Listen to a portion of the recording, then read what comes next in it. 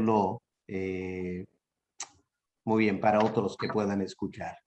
Bien, vamos a abrir nuestras Biblias en el libro de Ageo. Ya el primer desafío de estudiar este libro es encontrar dónde está Ageo en la Biblia. Lo van a encontrar hacia el final. Es el antepenúltimo libro. ¿Ok? Último libro, Malaquías. Penúltimo libro, Zacarías. Antepenúltimo libro, Ageo. ¿Ok? Así lo van a poder encontrar con mayor facilidad. Esta tarde vamos a simplemente introducir el libro. Hay varias cosas que tenemos que tomar en cuenta para estudiar y entender bien este libro. Así que vamos a leer solo el primer versículo. ¿Ok? Ageo, capítulo 1 y el versículo 1. ¿Qué dice nuestras Biblias? Dice lo siguiente. En el año segundo del rey Darío, en el mes sexto, en el primer día del mes, vino palabra de Jehová por medio del profeta Ageo a Zorobabel, hijo de Salatiel, gobernador de Judá, y a Josué, hijo de Josadac, sumo sacerdote, diciendo. Así empieza este libro de Ageo. Vamos a usar ahora la pantalla para poder tener más claridad. Muy bien. El libro de Ageo. Vamos a ver en un momento que este libro tiene que ver con los judíos enfrentando el desafío de volver a Jerusalén y reconstruir el templo que había quedado destruido por 70 años. Vamos a empezar con 10 datos interesantes acerca del libro de Ageo. ¿Ok? 10 datos importantes. A ver cuántos vamos a poder recordar para de repente la semana que viene hacer una pequeña prueba oral. A ver quién se acuerda estos 10 puntos. Número 1. Su nombre. Ageo, ¿qué significa? Significa fiesta. Interesante nombre, ¿no es cierto? Imagínate que te hubieran dado a ti el nombre de fiesta o festividad. Si miramos en Zacarías, el capítulo 14 y el versículo 16, aquí encontramos esta palabra. Zacarías 14, versículo 16. Y todos los que sobrevivieren de las naciones que vinieron contra Jerusalén subirán de año en año para adorar al Rey, a Jehová de los ejércitos, y a celebrar la fiesta, celebrar Ageo, la fiesta de los tabernáculos. Así que, qué lindo nombre, ¿no es cierto? No sé qué es lo que los padres tendrían en mente al llamarle Ageo. Quizá anhelaban que su hijo podría en alguna manera participar en la renovada fiestas espirituales en Jerusalén después del exilio en Babilonia. Segundo dato, ¿cuándo vivió? Bueno, calculamos que él vivió más o menos 500 años antes de Cristo. Eso significa que lo podemos ubicar más o menos a la mitad entre David y el Señor Jesucristo. ¿Ya? A la mitad. David, el rey, vivió más o menos el año 1000 antes de Cristo. Así que Ageo está a la mitad de la cronología entre el rey David y el hijo de David, el Señor Jesucristo. Tercer dato, ¿dónde nació? Lo más probable es que él nació en Babilonia. No estamos seguros, no podemos saber, pero el contexto de su profecía da a entender que él volvió de Babilonia a Jerusalén para participar en la reconstrucción del templo y como pasaron 70 años en Babilonia, es difícil pensar que él era niño cuando viajó como Daniel, quizás si volvió 70 años después. Mucho más probable es que nació en Babilonia. Así que hay que imaginar una familia, una pareja, fue llevada por los babilonios de Jerusalén a Babilonia, vivieron allá el resto de su vida y entre sus hijos nació uno a quien lo llamaron Ageo. No podían saber que él iba a ser uno de los profetas de Israel y estaría en las Sagradas Escrituras. Qué tremendo para los padres tener un hijo que iba a tener esta fama de Ageo. ¿Dónde vivió?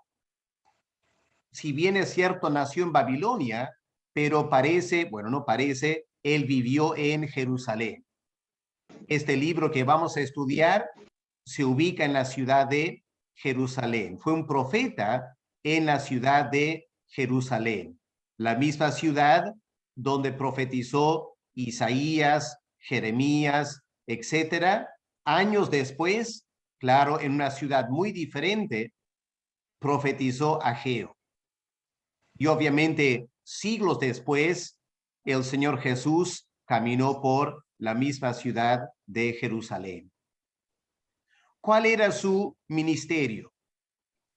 Realmente no sabemos qué clase de persona era, si era un sacerdote, si era un artesano, si era un campesino, no sabemos nada de lo que él hacía. Lo único que sabemos es que fue un profeta, pero a mucha honra, ¿no es cierto? Qué tremendo ser un profeta, un siervo de Dios. Sexto dato. ¿Cuándo inició su ministerio? Lo acabamos de leer esta tarde en Ageo 1, versículo 1. Ahí dice que él empezó su ministerio el primer día del sexto mes del año segundo de Darío, ¿ok? El año primero del mes sexto. Bueno, el sexto mes de los judíos sería más o menos nuestro septiembre, ¿ya? Así que septiembre allá en el Medio Oriente sería pasando el verano, ya entrando a otoño, cuando Ageo empezó su ministerio. ¿Qué año fue? Calculamos que fue exactamente el año 520 antes de Cristo, el segundo año del rey Darío. Séptimo dato interesante. ¿Cuánto tiempo duró su ministerio? Jeremías fue profeta por 40, 50 años. Isaías también, largos ministerios. Pero qué interesante este hombre Ageo. Su ministerio duró 114 días. Cortito, ¿no es cierto? 114 días, un poco más de 3 meses. Sabemos eso porque empezó su ministerio un primero del mes sexto. Y si miramos el versículo 10 del capítulo 2, miren sus Biblias, Ageo 2, versículo 10, dice, a los 24 días del noveno mes. Ahí está la última profecía en este libro. El noveno mes, el día 24. Así que calculando que en ese tiempo cada mes tendría 30 días, su ministerio duró 114 días. ¿Qué carácter tenía Ageo? ¿Qué clase de hombre era Ageo? Bueno, vamos a ver esta tarde y en las siguientes semanas que Ageo indudablemente era un hombre valiente, un hombre muy valiente. Así que recuerden eso, hermanos. No estamos estudiando la vida de un debilucho. Estamos estudiando un libro escrito por alguien como Juan el Bautista, un hombre de coraje, un hombre de tremenda valentía espiritual. Noveno dato, ¿cómo era su vida espiritual? Si podríamos haber conversado con Ageo, ¿qué captaríamos de Ageo? Lo que parece claro de este libro es que Ageo tenía una tremenda pasión por la gloria de Dios. Él vivió en un tiempo en el que Dios no era glorificado. Y Ageo se levanta y habla la palabra de Dios apasionado porque Dios sea honrado y glorificado. No sé si nosotros tenemos esa misma pasión espiritual por la gloria de Dios. Es algo que hace mucha falta hoy en día. El Perú necesita más que cualquier otra cosa hombres y mujeres apasionados por la gloria de Dios en nuestro país. El último dato que quiero mencionar, la frase distintiva de Ageo. De todo lo que podríamos recordar, aquí está la frase más distintiva de este hombre. Meditad bien, hay un error ahí, meditad bien sobre vuestros caminos. Lo encontramos, por ejemplo, en el versículo 5 del capítulo 1. Versículo 5. Así ha dicho Jehová de los ejércitos, meditad bien sobre vuestros caminos. Versículo 7. Así ha dicho Jehová de los ejércitos, meditad sobre vuestros caminos. Capítulo 2, versículo 15. Ahora pues, meditad en vuestro corazón. Versículo 18. Meditad pues en vuestro corazón. Este es el énfasis de su ministerio. Piensen, dice Ageo.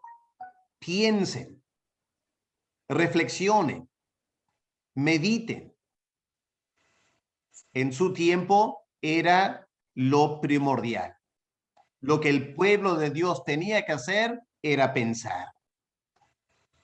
Y yo creo que hoy en día en el Perú esta es una gran necesidad. Tenemos que ser el pueblo de Dios que medita, que piensa, que reflexiona.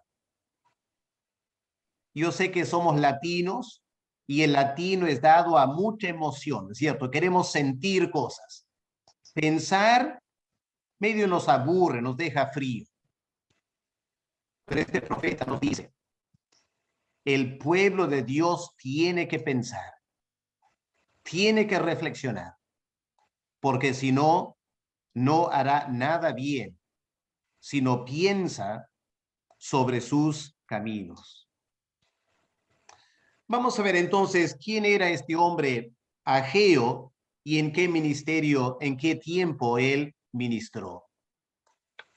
Hermanos, leyendo este libro y estudiándolo, nos vamos a dar cuenta de algo muy interesante. Dios estaba dando a su pueblo una última oportunidad. Quiero que piensen en este momento. Dios estaba dando a su pueblo una última oportunidad. ¿Por qué lo digo?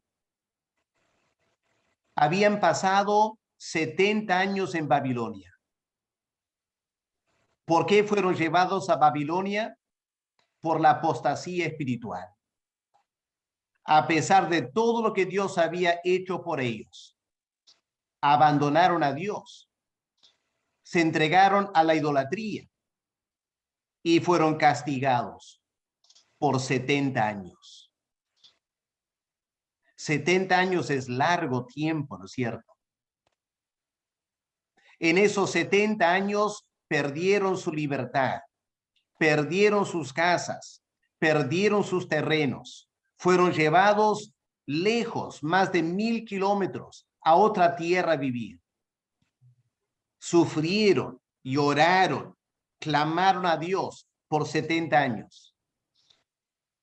Y luego Dios obró una maravilla y pudieron volver otra vez a Jerusalén. Pero ¿saben lo que pasó, hermanos? Cuando volvieron a Jerusalén, después de unos meses, se empezaron a enfriar espiritualmente y se alejaron de Dios otra vez en sus corazones.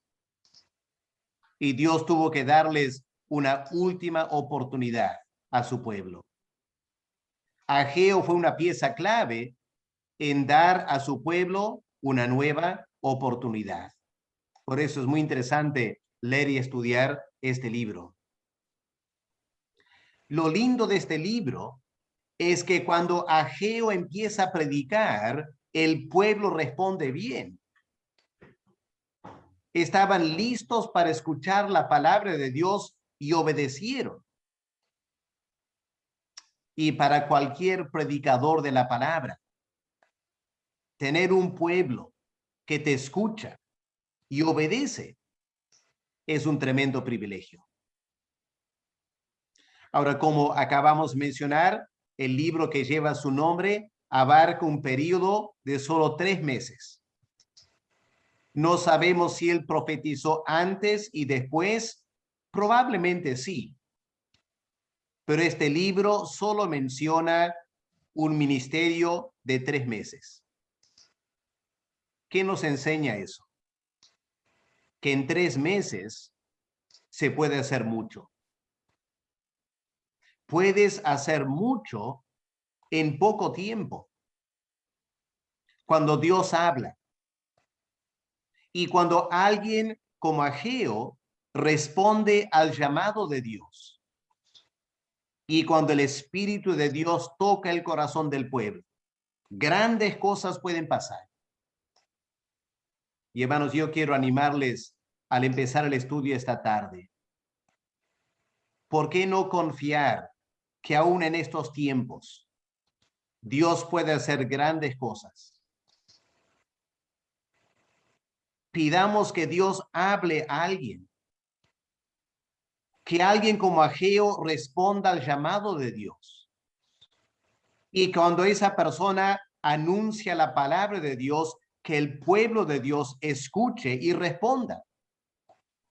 En poco tiempo, mucho se puede hacer, como vamos a ver al estudiar este libro.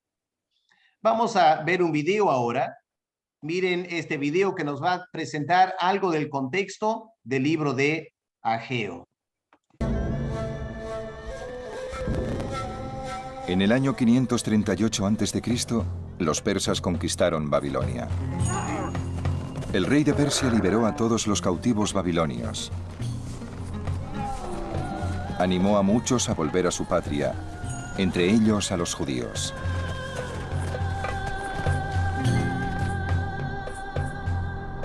Ciro, rey de Persia, dijo: Yahvé, el Dios del cielo, me ha entregado todos los reinos de la tierra y me ha ordenado construirle un templo en Jerusalén, en Judea. Aquel de vosotros que pertenezca sin mezcla al pueblo judío, que Dios vaya con él. Que se marche a Jerusalén de Judea y construya el templo de Yahvé, Dios de Israel.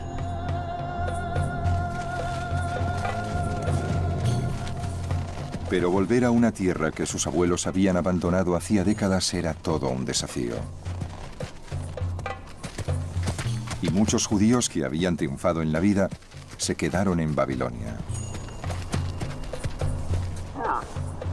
Solo los más aventureros y los más profundamente religiosos se fueron a Jerusalén a reconstruir el templo.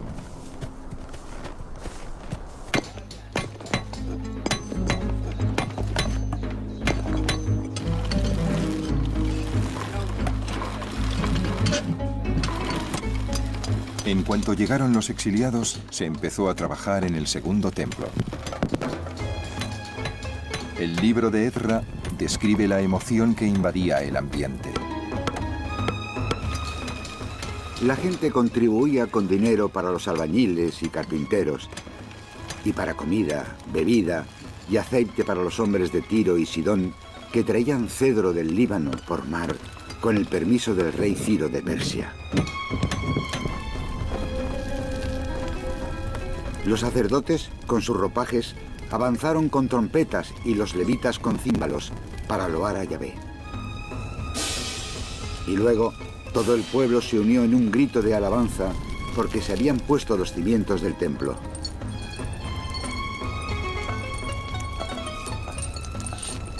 Muchos de los sacerdotes mayores y los jefes de familia que habían visto el primer templo lloraban, pero otros gritaban de alegría.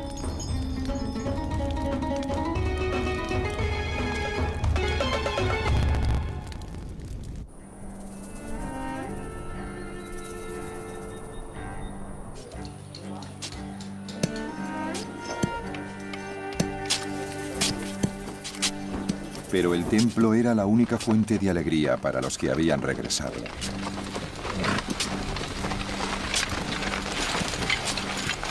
El resto de su mundo era bien triste. Los únicos habitantes de Judea que habían quedado atrás cuando los babilonios los invadieron eran los campesinos más pobres. En esos momentos sus descendientes estaban a punto de morir de hambre y luchaban para arrancar alimentos a la tierra.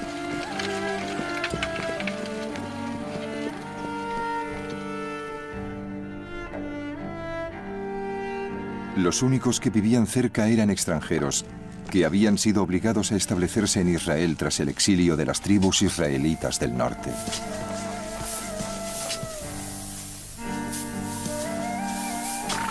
Los extranjeros hacían lo que podían para evitar que los que habían regresado pusieran el pie en Jerusalén, porque les veían como rivales por el control de la región.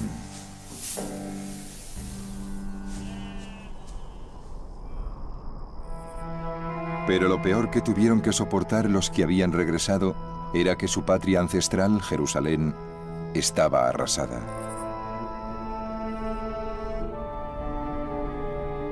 La ciudad de Jerusalén aún está en ruinas. La gente que vuelve a vivir en la zona de Jerusalén se instala en los edificios de piedra que quedaron en pie desde los tiempos de la destrucción babilónica. Así que tenemos la mitad de la ciudad donde la gente vive en casas arruinadas y luego la otra mitad de la ciudad donde no vive nadie, con los edificios aún vacíos. Debió ser algo muy deprimente. Y al cabo de un tiempo, la gente perdería la esperanza y se conformaría con una vida de descontento.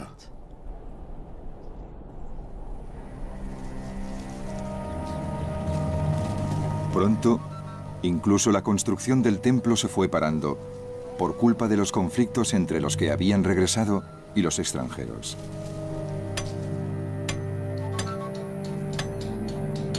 La reubicación forzosa de grupos étnicos por parte de asirios y babilonios había causado muchos problemas en todo el Oriente Medio.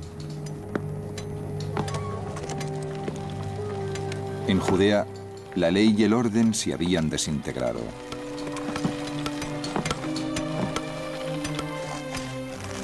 Los extranjeros convencieron a los persas de que los judíos planeaban rebelarse y consiguieron una orden para suspender la reconstrucción del templo. A la larga, los judíos obtuvieron permiso para seguir con las obras, pero eran demasiado pobres y apáticos para terminar el templo.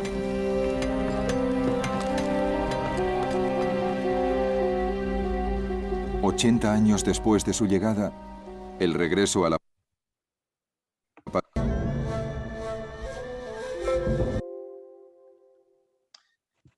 Bueno, es el contexto histórico en el cual el profeta Ageo tuvo que desarrollar su ministerio. Espero que captaron del video dos cosas importantes.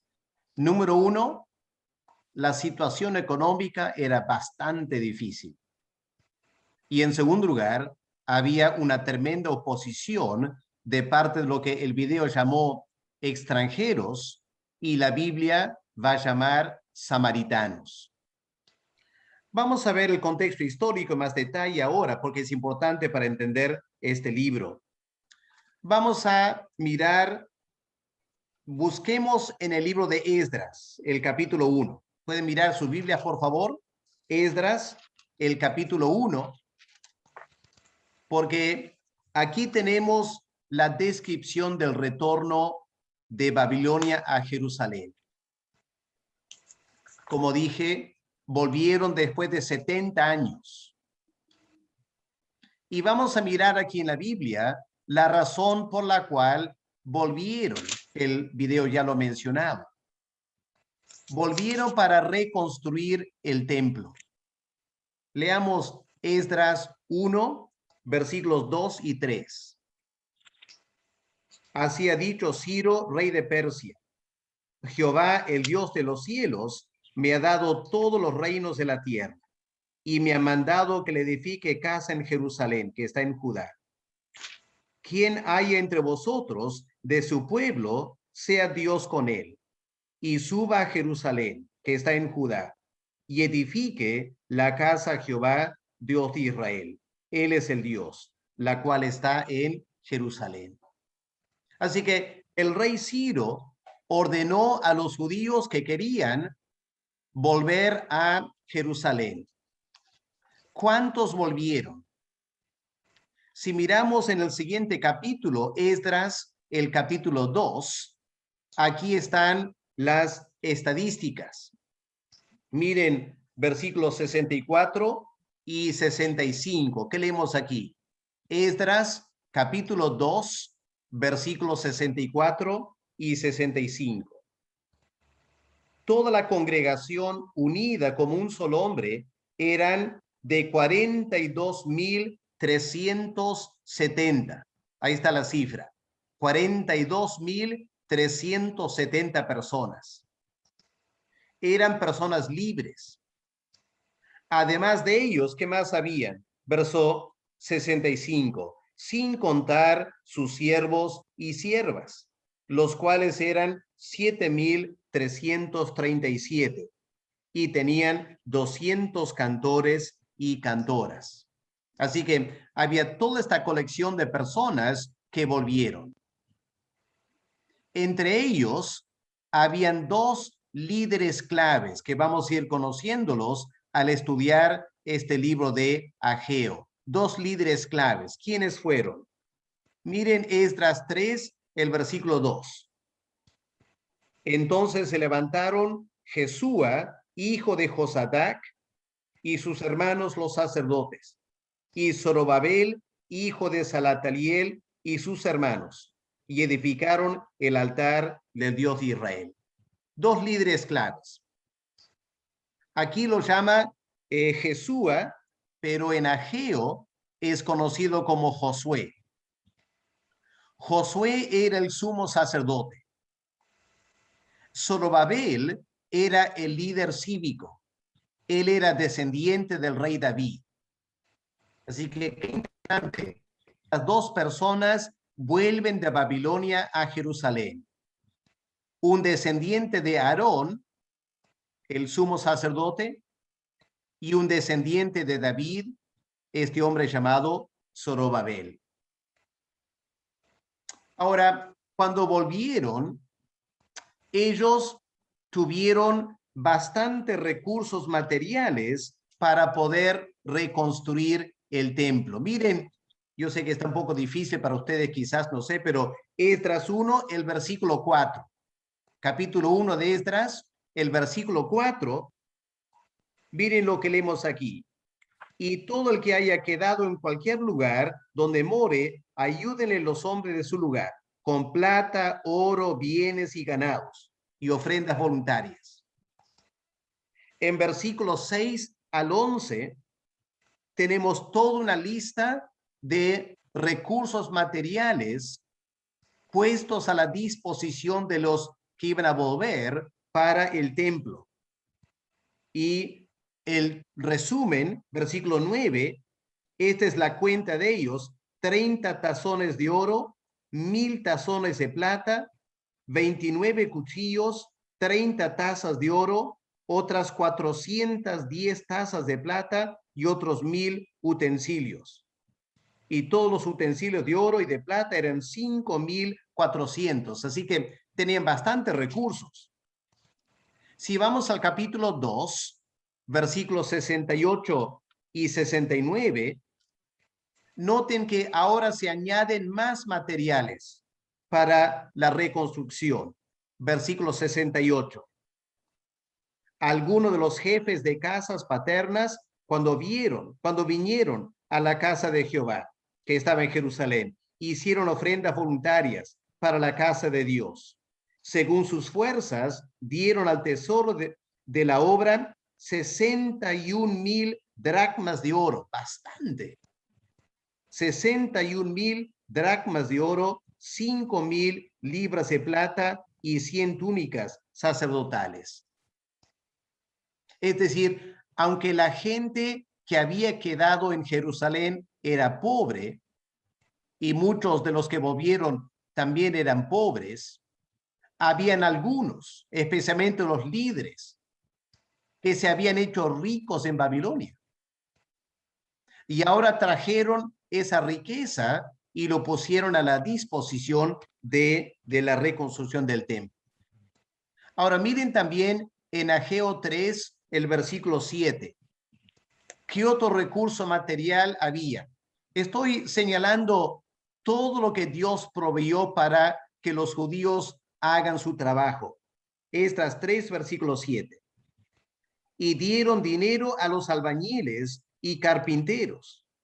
Asimismo, comida, bebida y aceite a los sidonios y tirios, para que trajesen madera de cedro desde el Líbano. Noten esto, conforme a la voluntad de Ciro, rey de Persia. O sea, el mismo rey estaba costeando esto. Qué tremendo para Israel, ¿no es cierto? Contar con el apoyo económico del mismo emperador de Persia. Así que tenían bastante recursos materiales. Pero también tenían muchos recursos humanos. Aquí en Esdras, el capítulo 2, tenemos una lista de los que volvieron. Quiero notar algunos detalles con ustedes porque cuando leemos el texto no siempre nos damos cuenta lo que está diciendo la Biblia. Miren en Esdras 2, del versículo 3 al versículo 20, hay una lista de personas, ¿no es cierto? Versículo 3.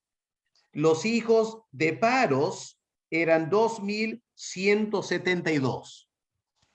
Paros era un líder, jefe de una de las familias importantes judías, y él vuelve con 2,162 personas en su clan familiar. Versículo 4. Había también Cefatías, con él 372. Y así toda una lista de personas destacadas con todos sus familiares de la familia extendida. ¿Ok? Eso es versículos 3 al 20. Ahora miren versículo 21. ¿Qué leemos en Esdras 2, versículo 21? Los hijos de Belén. Ahora, Belén no es una persona, Belén es un lugar. Así que a partir del versículo 21 tenemos una lista de ciudades de donde provenían estas personas que estaban retornando.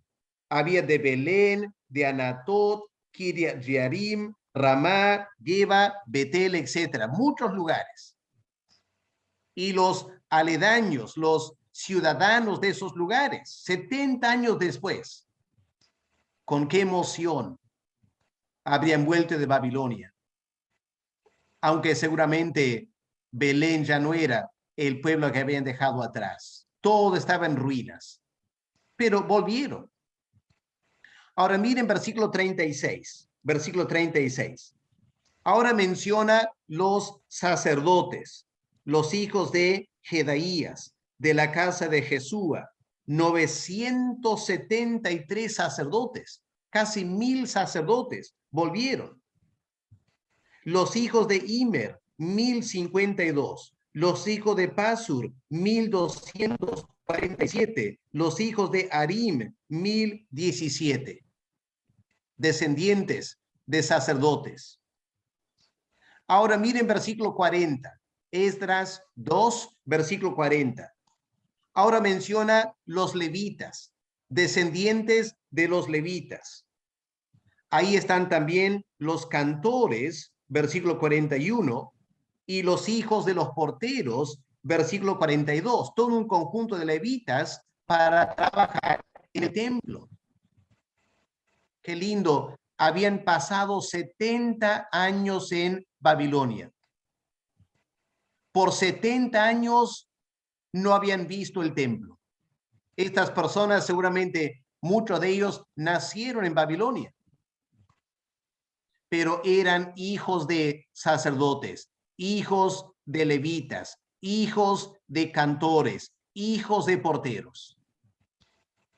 Y se habían preparado en Babilonia para volver otra vez a Jerusalén. Dios había dicho, van a volver después de 70 años.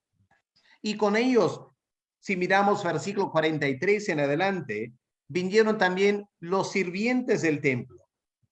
Y toda una lista de sirvientes hasta el versículo 58, que dice, los sirvientes del templo, hijos de los siervos de Salomón, 392 sirvientes del templo. Así que no sé cómo reaccionan ustedes, hermanos, pero para mí me emociona. Me emociona pensar que tantos sacerdotes, levitas, cantores, porteros, siervos del templo volvieron con una sola mira. Vamos a reconstruir el templo. Dios nos ha disciplinado, nos ha castigado 70 años. Es tiempo de volver otra vez. Hermanos, hemos estado en cuarentena un año, ¿no es cierto? Yo sé que estamos desesperados por volver otra vez a los cultos presenciales. Va a llegar el momento. Pero recién ha pasado un año. ¿Se imaginan pasar 70 años? Y tener hijos que nunca han estado en el templo y que solo puedes contarles cómo eran los cultos. Eso era la experiencia de estas 42,000 personas que vuelven ahora de Babilonia a Jerusalén. Ahora, volvieron para reconstruir el templo. Empezaron muy bien reconstruyendo el altar. Miren capítulo 3 de Esdras, capítulo 3. Dice, cuando llegó el mes séptimo y estando los hijos de Israel ya establecidos en las ciudades, se juntó el pueblo como un solo hombre y empezaron a reconstruir el altar.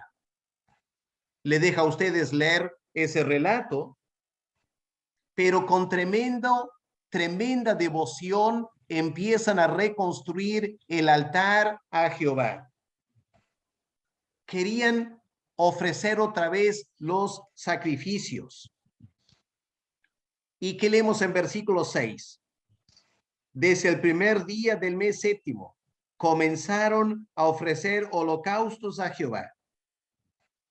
Hermanos, piensen un momento.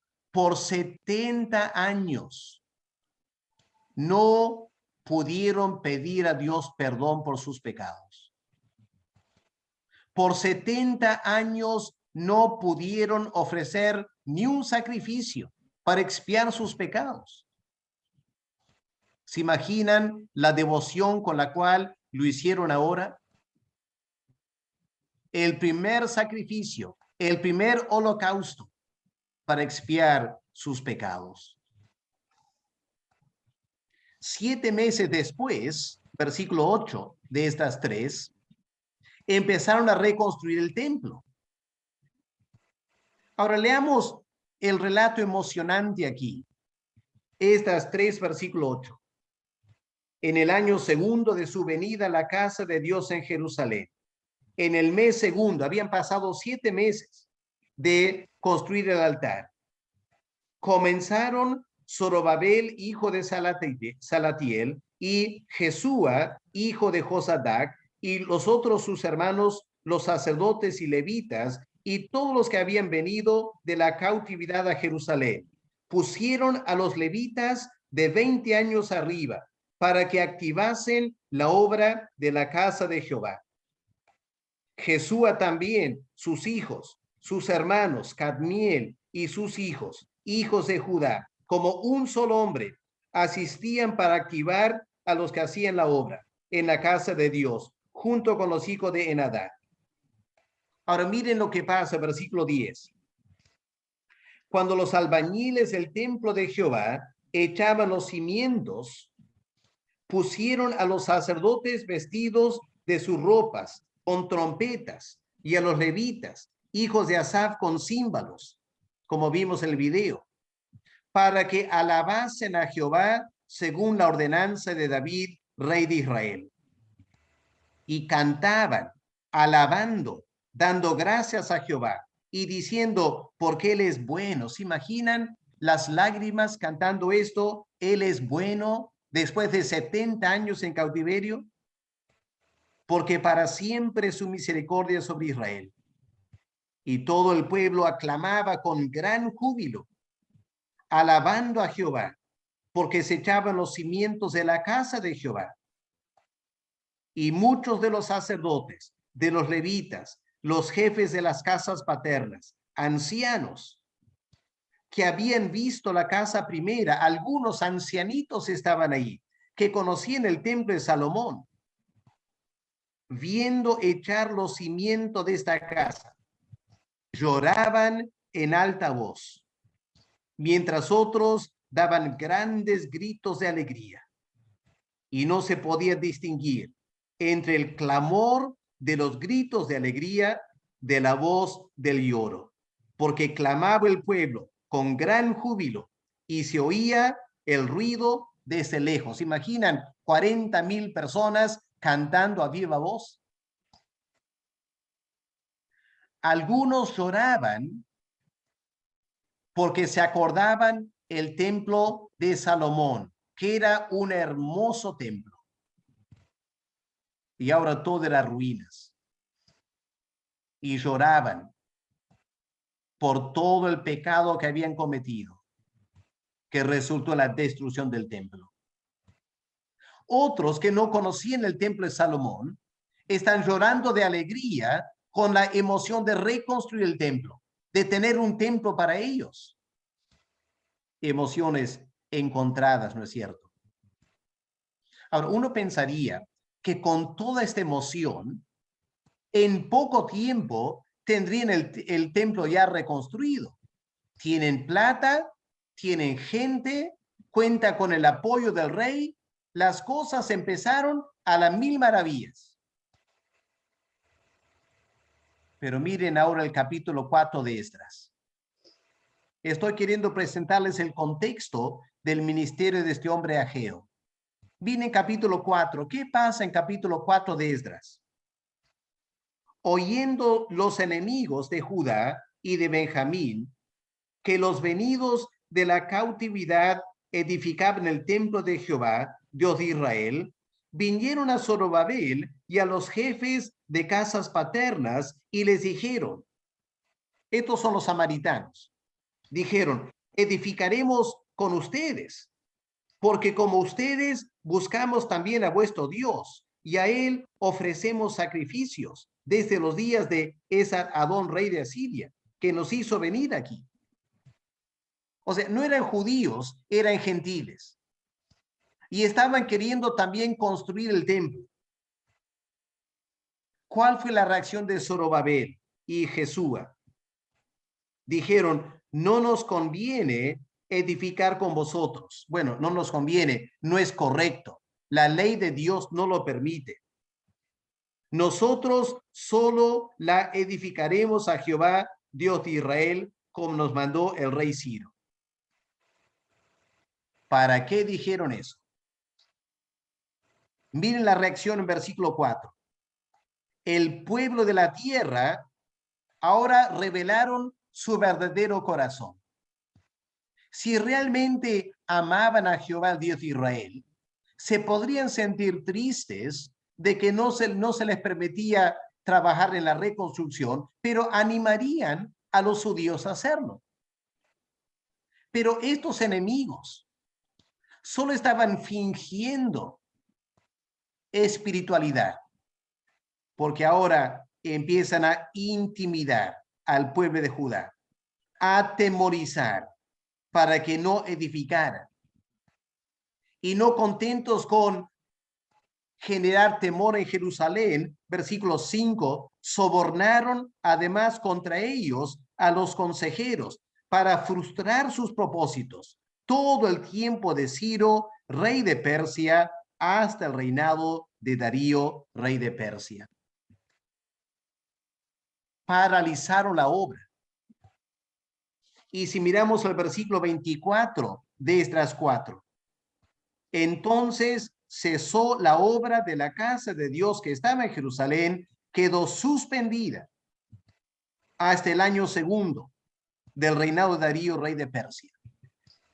¿Cuánto tiempo había pasado? 16 años.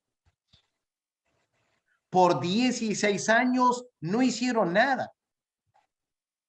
Se olvidaron de la misión de reconstruir el templo. Se volvieron a enfriar espiritualmente. Por eso yo digo, este libro de Ageo, Dios está dando a su pueblo una última oportunidad. Y para eso Dios levanta el profeta Ageo. Permíteme mostrarles el mapa del imperio de Persia.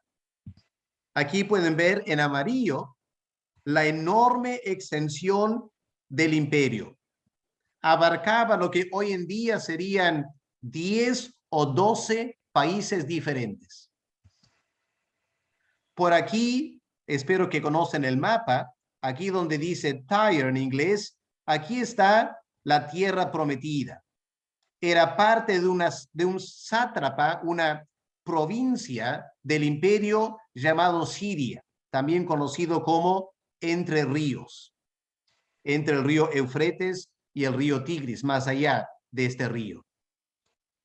¿Quiénes vivían ahí? Aquí está el mapa. Aquí pueden ver Jerusalén, en el centro del mapa, Jerusalén. Ahí estaba el templo que iban a reconstruir. Aquí está todo el territorio de Judea.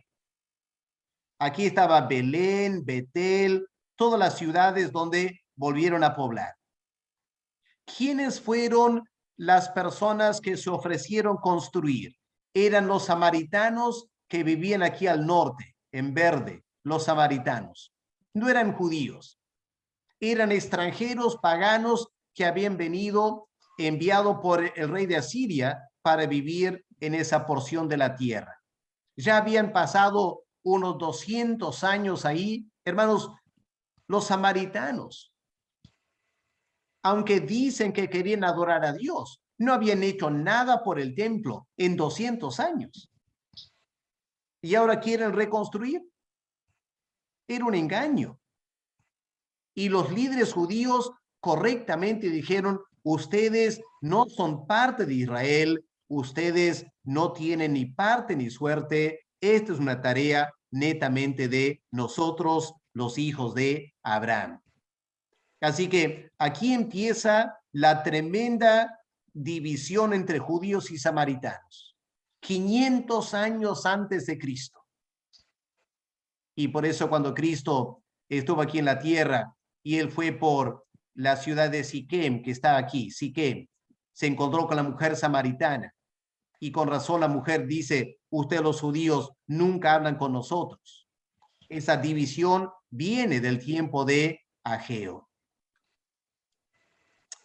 Permítanme mencionar solo esto para que tengan este dato, la cronología. Cuando volvieron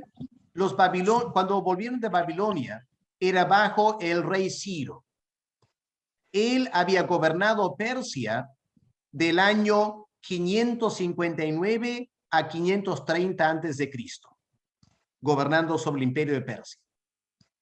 Luego entra su hijo, la Biblia lo llama Asuero, pero su nombre persa es Cambises. Él reinó del año 530 a 522. Él se opuso a la construcción del templo. Luego entró otro hombre, Artajerjes, no está claro quién era, pero era otro líder persa. Y finalmente, en el año 522, entra Darío el primero. Noten el año que Darío empieza a reinar, el año 522. Ahora volvamos a Ageo. Miren otra vez en sus Biblias ahora, Ageo capítulo 1, versículo 1. Dice aquí, en el año segundo del rey Darío, el año segundo. Por fin el rey Darío da permiso para la reconstrucción.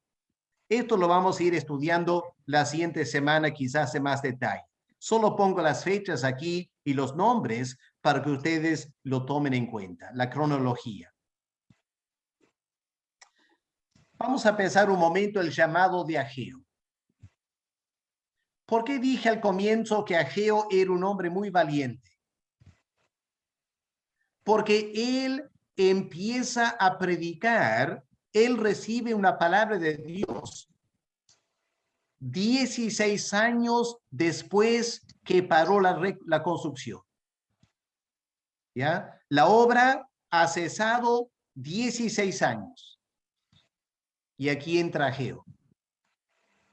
Dios va a usar a Ageo para renovar otra vez la construcción del templo, 16 años después. Noten su valentía. En primer lugar, cuando Ageo empieza a animar al pueblo a reconstruir el templo, Ageo está yendo en contra de la orden del rey de Persia.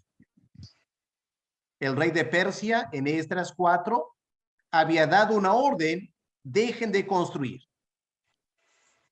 Y Ageo tiene la osadía de animar al pueblo a ir en contra de la orden del rey de Persia. Claro, en parte él aprovecha de que hay inestabilidad política, hubo un cambio de reinado y hay un nuevo rey, Darío, y es ahí que Dios habla a Ageo y Ageo predica.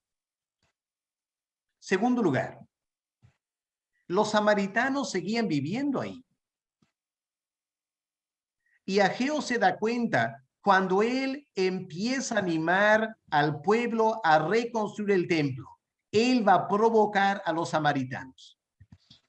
Pero era valiente, dispuesto a enfrentar a los samaritanos, aunque ellos habían paralizado la obra.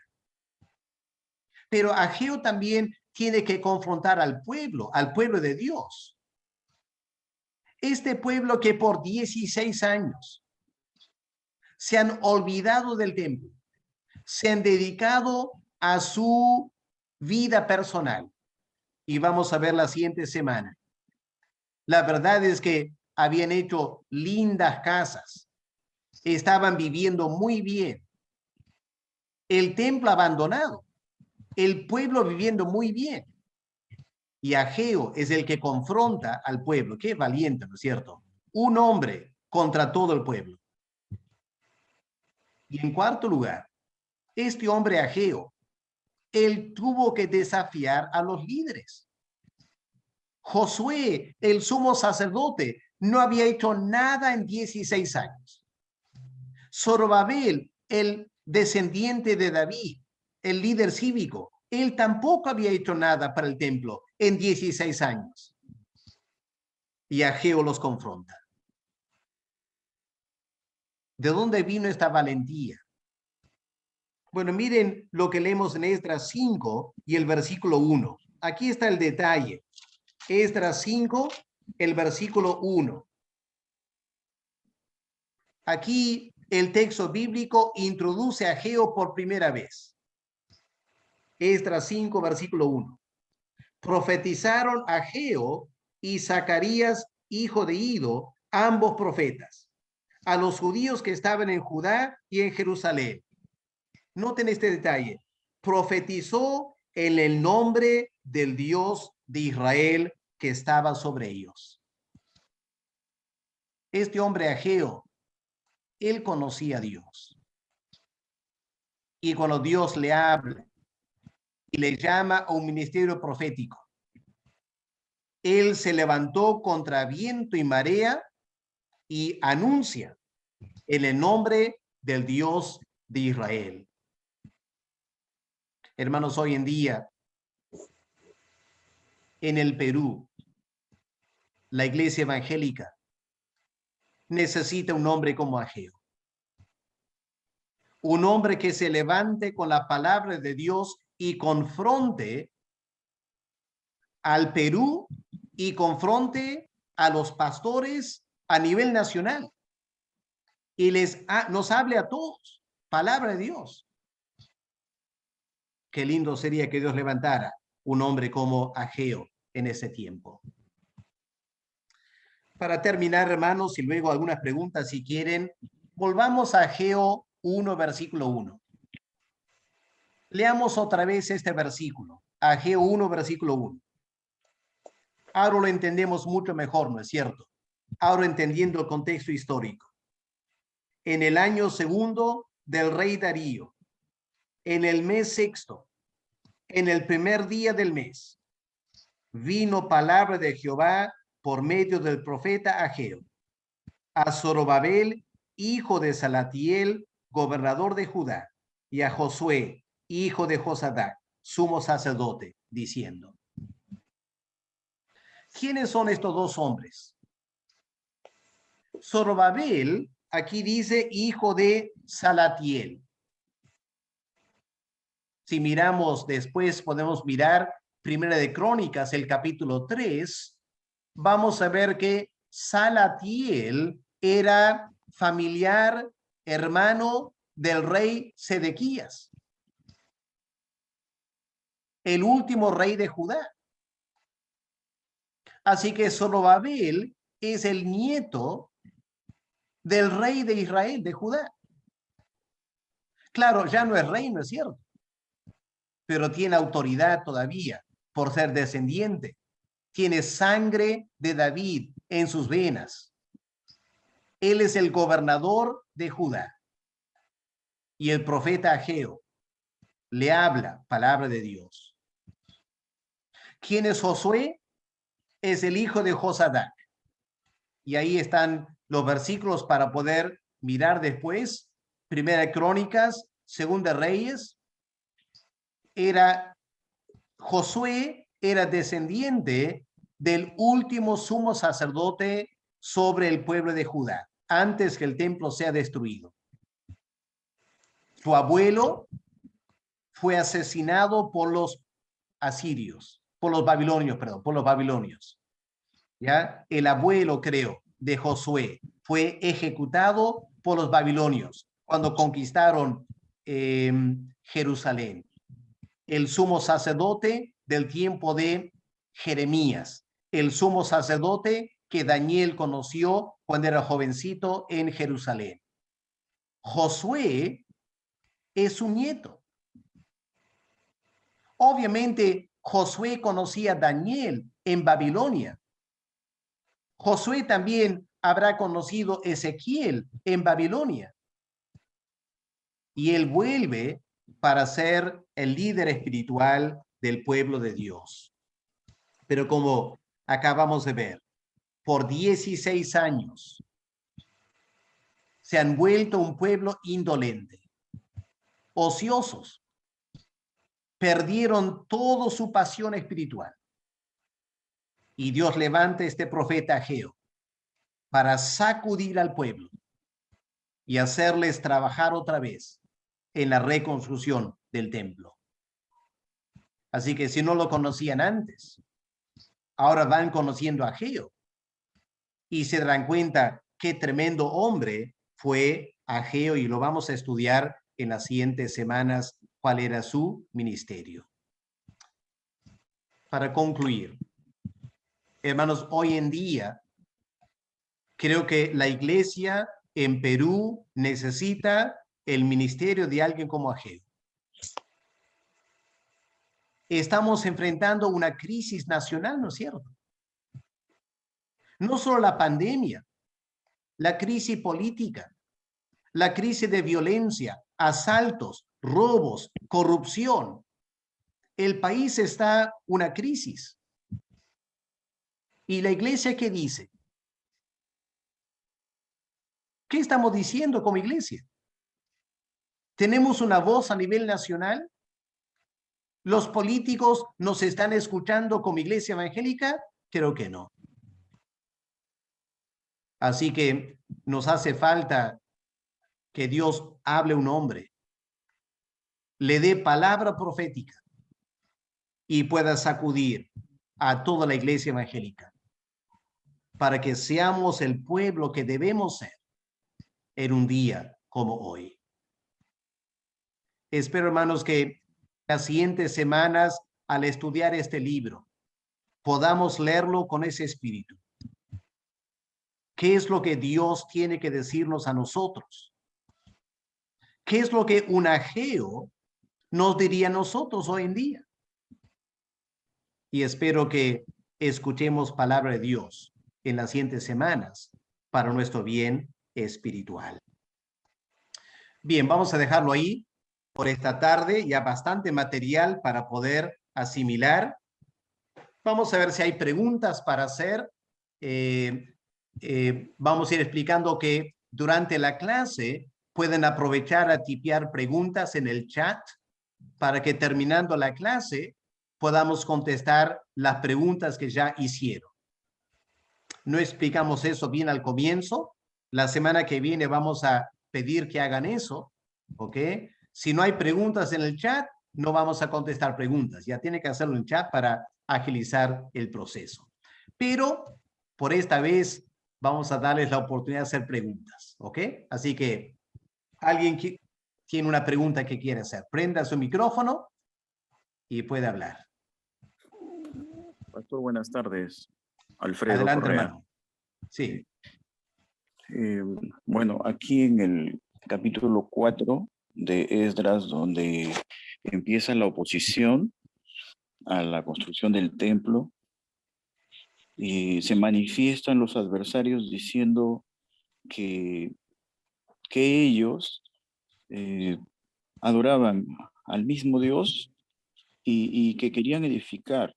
Incluso se justificaban, ¿no?, que ellos ofrecían sacrificios desde los días de Esar-Adón, rey de Asiria. Sabemos de qué es, con qué intención ellos hablaban y que eran falsos. Solamente quería saber si realmente hacían sacrificios o de qué manera los hacían, ¿no? Esa es mi duda, mi pregunta. Ya, gracias, Alfredo. Los samaritanos eran gente de Asiria que fue traída del norte para poblar la zona de las 10 tribus de Israel. Cuando las 10 tribus fueron enviadas al exilio, hubo un cambio poblacional. Hubo también un poco de matrimonios entre asirios y gente de Israel. Pero hay dos cosas que hay que tomar en cuenta. En primer lugar, los samaritanos nunca aceptaron la revelación bíblica, no del todo. Los samaritanos solo aceptaron la ley de Moisés. No aceptaron ni los salmos, ni los libros históricos o los libros proféticos. ¿Por qué no? Porque esos libros, especialmente los proféticos, indicaron que Israel no debía contaminarse con los paganos. No les convenía a los samaritanos eso. Ellos, al llegar a la tierra prometida, tienen este concepto. Su concepto es el siguiente: hemos llegado a la tierra de un Dios llamado Jehová.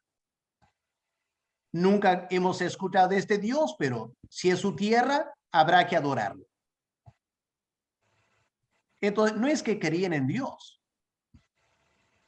Habían dejado sus dioses atrás y ahora querían saber quién es el Dios de esta tierra a quien debemos orar entonces. Y rechazaron a los libros proféticos que cuestionaban este culto de ellos y fingieron estar realmente interesados en Jehová. indudablemente ofrecían sacrificios, ¿ya? No hay ninguna duda que en ese territorio de las 10 tribus de Israel ofrecían sacrificios en los lugares altos, diferentes altares. Y seguramente ofrecían a lo que ellos llamaban Jehová. Pero no conocían a Dios personalmente. Era todo algo supersticioso, ¿ya? Y por eso era peligroso para los hijos de Judá contaminarse con estas personas que realmente no conocían a Jehová, no amaban a Jehová y mostraron su verdadero corazón. Cuando no se les permitió, ahora hicieron la vida imposible a los judíos. ¿Ok? Eso para tener un poco más de conocimiento de los samaritanos. Gracias por la pregunta, Alfredo. Gracias. ¿Otra pregunta?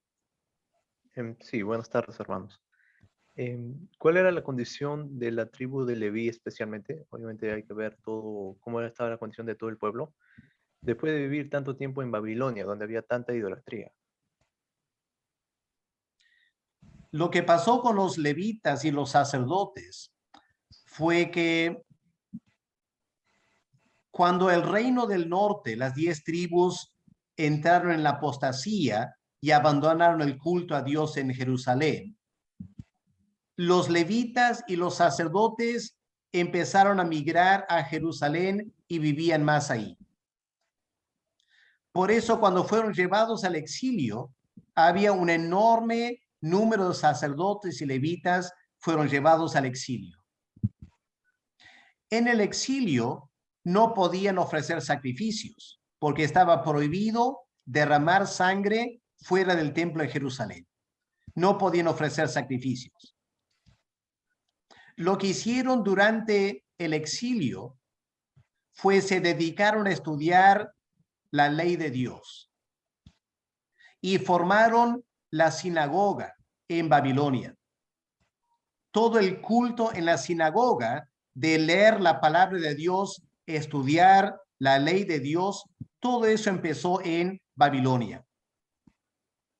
Pero los sacerdotes y los levitas mantuvieron sus tradiciones, enseñaron a sus hijos que eran levitas o sacerdotes y los prepararon para un día volver a Jerusalén.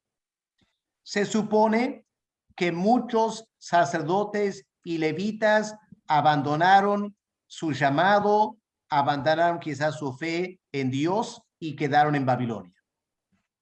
Pero los que mantuvieron su fe intacta, volvieron a Jerusalén ya comprometidos para volver a su oficio que Dios les había dado siglos atrás, como sacerdotes y como levitas. ¿Ok?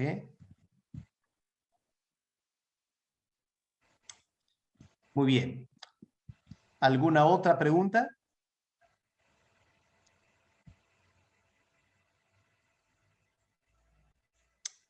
Ok, si no hay más preguntas, lo dejamos ahí por esta tarde. Sí. Gracias por su atención. Yo sé que es mucha información para asimilar. Vamos a colgar la grabación, le vamos a enviar al grupo también para que lo puedan volver a escuchar, mirar los textos bíblicos, hagan todo el trabajo necesario para poder seguir bien las clases y la semana que viene vamos a ver qué fue lo que Ageo dijo. Claro, ustedes lo pueden ir leyendo de antemano, ¿cierto? Vayan leyendo el libro para entender mejor lo que vamos a estudiar en la clase. ¿Podría hacer 2 preguntas más? Claro, sí, sí. Ya. Uno es, ¿cómo es que los samaritanos lograron paralizar todo cuando los judíos tenían personas como Zorobabel y Josué?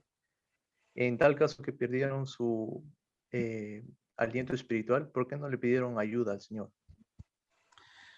Bueno, en primer lugar, ellos manejaban mucho mejor la política y la politiquería que Zorobabel y Josué.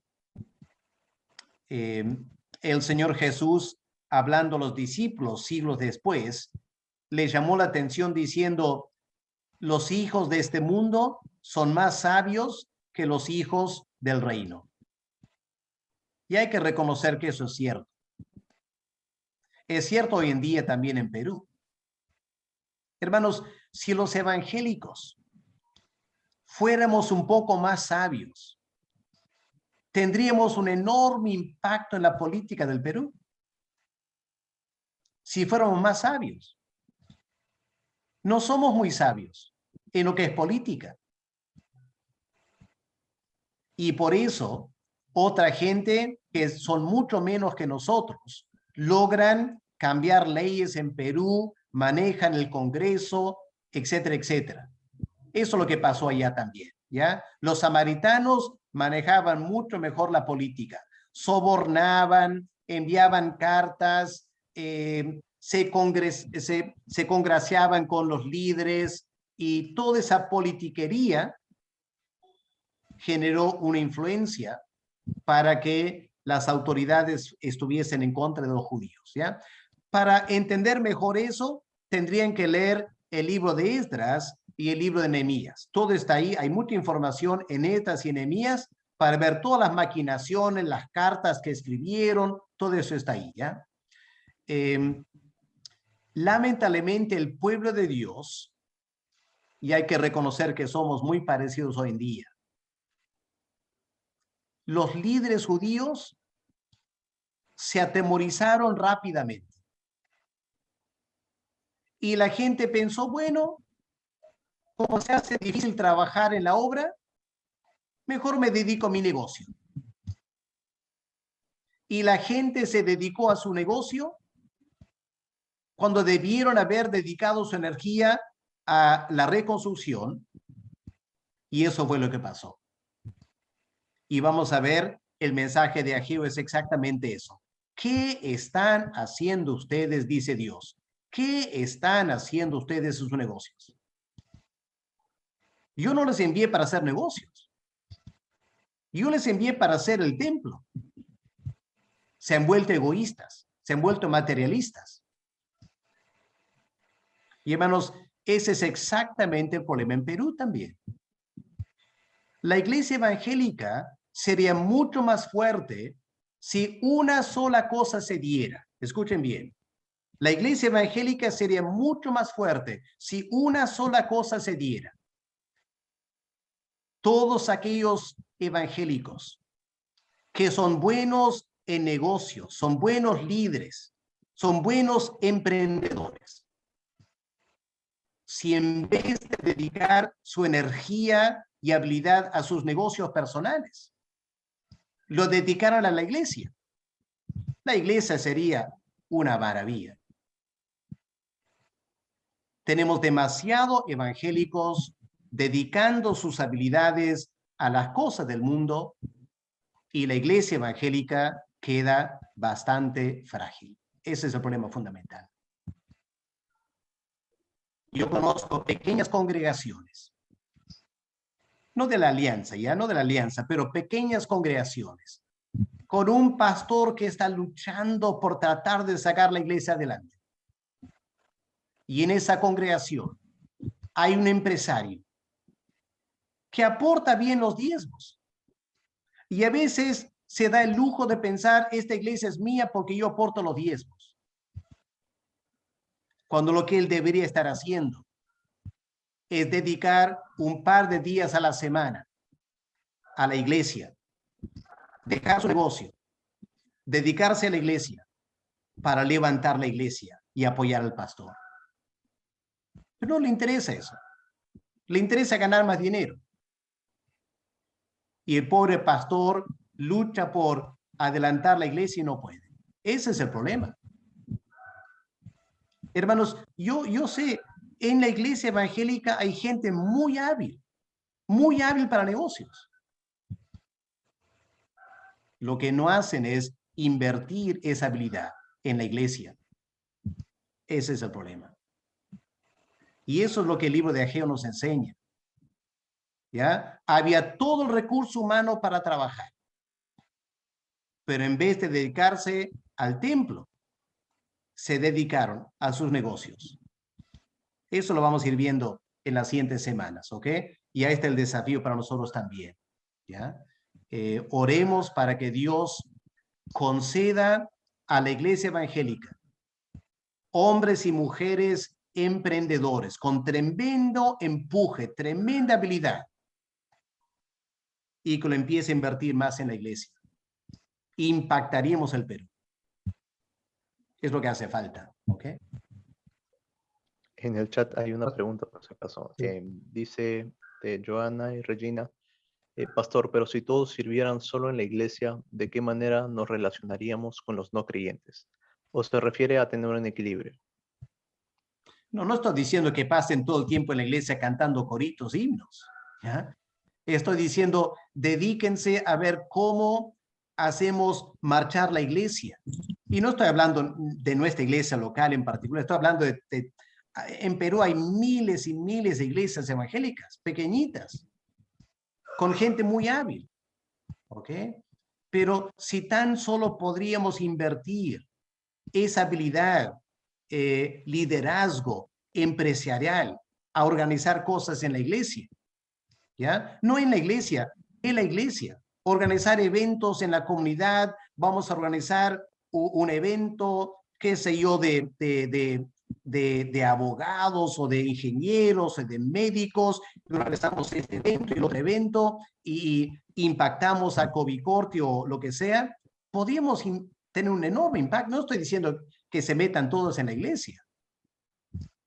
Estoy diciendo, usen su creatividad en paralelo con los pastores para ver qué más podemos hacer en la sociedad para el evangelio. Es lo que hace falta. Claro, eso no te va a ganar dinero. No te va a dar dinero. Pero te va a permitir tomar contacto con la gente. ¿Ok? Es lo que hace falta. ¿Ok? Wilfredo tiene la mano levantada. Pastor, buenas tardes. Sí. En cuanto a, hablando de la misión, en ese momento el pueblo de Israel era con la reconstrucción del templo, mientras la oposición eran los samaritanos, ¿verdad? Ya. En este tiempo, nuestra misión es la Gran Comisión, ¿verdad? Entonces, nuestros opositores, en un sentido, sería el comunismo, la Organización por la Paz, todos ellos que están obstruyendo, podríamos tomarlo en ese sentido actualmente. Buena observación, Wilfredo. Sí, hay muchos movimientos ecuménicos que están queriendo llamar a la iglesia a participar con ellos como judíos, musulmanes, hindúes, y vamos todos a orar por el Perú. Y lamentablemente, líderes evangélicos en Perú han caído en esa trampa. ¿Ok? Es un gran peligro hoy en día, el ecumenismo. Lo que tenemos que decir es que vamos a orar por el país, pero no tenemos que orar con los judíos y musulmanes, hindúes para orar. Somos más que capaces como evangélicos para poder organizarnos como iglesia evangélica para hacer frente al Perú. ¿Se imaginan el impacto en Perú? Si el jefe del movimiento misionero mundial y el jefe de los bautistas y el jefe de los presbiterianos y el jefe de los pentecostales y el jefe de la Asamblea de Dios y el jefe de los metodistas y el jefe de la alianza se reunieran sacando sus diferencias y decir, vamos a hacer un video de iglesias evangélicas orando por la pandemia y lo vamos a presentar al presidente del Perú. ¡Wow! Ser un golazo eso. Y aquí está lo triste. Los de otras religiones lo pueden hacer. Y los evangélicos no lo podemos hacer. Hay un problema muy serio. Que hay más unidad entre los inconversos que entre los evangélicos. Porque nos peleamos por este detalle, por otro detalle, y estamos bastante divididos. Es una tragedia frente a lo que el Perú está viviendo, que la iglesia evangélica no está más unida. Así que el ecumenismo es un gran peligro. El desafío es hacer un movimiento evangélico ecuménico. Que todas las fuerzas evangélicas se unan para sacar el Perú adelante. Wow, eso será un impacto. ¿Ya? Una última pregunta. Sí. Se tocó en un punto haciendo un tipo de paralelo entre los líderes, los pastores, con Ageo y, digamos, algún creyente o la congregación. Pero ¿de qué manera o con qué autoridad puede uno desafiar a los pastores de una iglesia? ¿Con qué medidas y cuál es la manera correcta de hacerlo sin sonar orgulloso, rebelde o ambicioso? Ya. La única forma de hacerlo es si Dios realmente levanta un profeta. ¿Ya? Lo que no va a ayudar para nada es que una persona diga, yo tengo una buena idea, yo voy a hablar a todos los pastores. No, eso no va a funcionar. ¿Ya?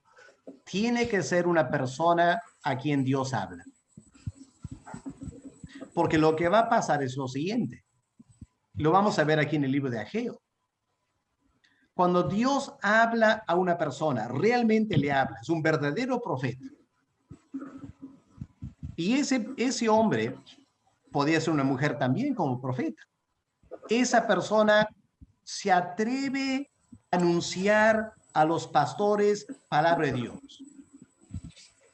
El Espíritu se encargará de hablar a los pastores, si es cierto. Y eso podía cambiar todo el panorama. Así que no estamos hablando de que cualquier persona se levante y diga, yo tengo palabra de Dios. No, hay demasiado de eso ya. Hay demasiada gente que se llama profeta, apóstol, superapóstol. No dice nada en este tiempo. O cuando dice, nadie le escucha porque no es de Dios. Pero yo quisiera creer que Dios no ha cambiado. Y que Dios puede hacer para el Perú lo que hizo hace tanto tiempo. Que Dios pueda hablar y sería hablar a un pastor, ¿no es cierto? Lo más probable. Que Dios hable a un pastor y le dé una palabra tan autoritativa que cuando ese pastor empieza a predicar, toda la gente para las orejas, porque se da cuenta, esto no es palabra de hombre, esto es Dios hablando. Ahora, vamos a ver, ¿cómo lo logró Ageo? Esa es la pregunta, ¿no es cierto? ¿Cómo lo logró Ageo? Eso lo vamos a ver en las siguientes semanas, al estudiar este libro. ¿Ok? Eso nos da una pauta para contestar esa pregunta más de... ¿Ok? Hay una pregunta en el chat. Edson pregunta, ¿Ageo se conoció con Daniel? Sí, claro. Indudablemente. Si Daniel es el gran líder en Babilonia de los judíos y Ageo viaja a Jerusalén con los que retornaron, es imposible que no haya conocido a Daniel. ¿Ya? Pastor. Sí. Pastor, ya que usted contrasta lo que ocurre o lo que ocurrió en ese momento con la construcción del templo, con lo que está pasando en nuestro país, parece que también hubo un poco ahí como de, no sé si decirlo corrupción, no sé, porque cuando usted dice que hubo cierta cantidad de personas, cierta cantidad de dinero y toda esa que se debió para el templo, cuando se paralizó, paralelamente a eso, supuestamente, por el tema esto de los samaritanos, paralelamente se empezaron a construir o comenzaron a aparecer en Jerusalén hermosas mansiones, también se dice. O sea, empezaron a construir, digamos, gente que supuestamente no tenía dinero, no tenía digamos, el dinero suficiente como para construir una casa, porque habían pasado una guerra. Aparecieron mansiones. ¿Y eso con qué, o sea, cómo se solventaba o cómo se hacía ese tipo de edificaciones? Bueno, eso también lo vamos a ir viendo en las siguientes semanas, ¿ya? Indudablemente, la gente usó parte de los recursos destinados al templo, lo usaron para sus casas. Y el resultado fue, 16 años después, cuando había que construir el templo, ya tienen menos recursos. ¿Ok? Y eso lo vamos a ver también. Se perdieron los recursos. Hay tanto para aprender desde el libro de Ageo, ¿no es cierto? Pequeño libro, 2 capítulos, pero tremendo mensaje. ¿Ok? Y por eso queremos estudiar la palabra de Dios. Bien, vamos a dejarlo ahí, son las 5:30. Muchas gracias por su atención. Les esperamos la siguiente semana.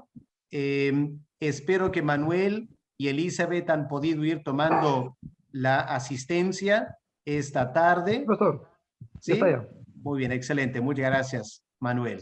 Manuel, ¿por qué no nos guías en oración para terminar esta tarde, por favor?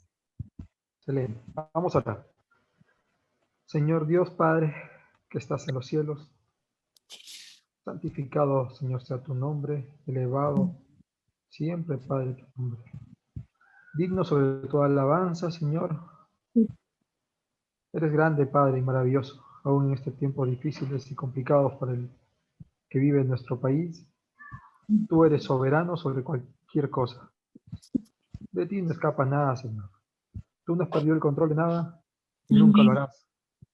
Lo que, Señor, te pedimos es que el gran desafío, Señor, que tú nos das, Señor, como iglesia, de poder levantarnos, Señor, de repente, de alguna manera, de una comunidad que tenemos, y predicar tu evangelio, Señor, utilizando nuestros talentos, nuestros dones, y son puestos para ti, Señor, para la edificación de tu iglesia, para poder, Señor, levantar, Señor, a un pueblo que cada día más cae de repente, Señor, en la soñolencia espiritual, en el decaimiento espiritual. Es un momento donde la iglesia necesita levantarse, Señor. Personas como Ageo, como Zacarías, que fueron personas que fueron a motivar a un pueblo decaído, Señor. Hacer recordar lo que Dios es en sus vidas. Es un tiempo que la iglesia tenga este avivamiento también. Permítenos que a través de este estudio, como iglesia, entendamos qué es lo que quieres para nosotros en nuestra vida. Dando la inteligencia, el conocimiento, Señor, y pon en nuestro corazón tu palabra. Gracias, Padre, por el día de hoy, por el gran desafío. Nos vamos desafiados totalmente pensando en qué es lo que quieres que hagamos. ¿Qué es lo que debemos hacer? ¿Qué es lo que quieres que dejemos ante ti? ¿Qué don, qué talento quieres que tengas, Señor? Sé que, Señor, tú quieres todo de nosotros, pero permítenos, Señor, conocer más de lo que tú quieres, Señor. Gracias, Señor, por esto, por este alimento espiritual, por la vida del pastor, por la vida de los hermanos, Señor. Y en la próxima semana pedimos también estar aquí presentes y atentos a tu palabra. Cristo Jesús, en los medios de todo tu Hijo amado, Señor. Amén.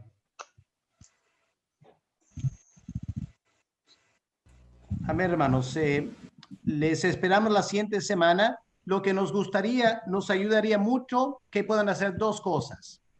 En el grupo de WhatsApp, los que no son de nuestra congregación en Covicorti, que me lo indiquen, porque tenemos que contabilizar quiénes son de nuestra iglesia para la asistencia a la Academia Bíblica, y es lindo tener personas de otras iglesias, pero tenemos que filtrar un poquito para las estadísticas de nuestra congregación.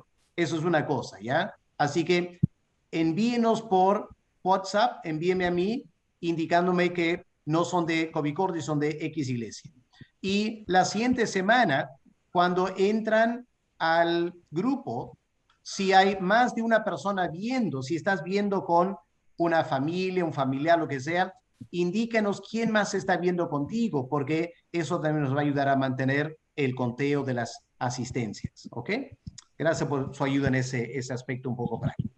Muchas gracias, Dios les bendiga, estamos despedidos, podemos saludarnos y nos vemos la semana que viene. Gracias, pastor, gracias, hermano.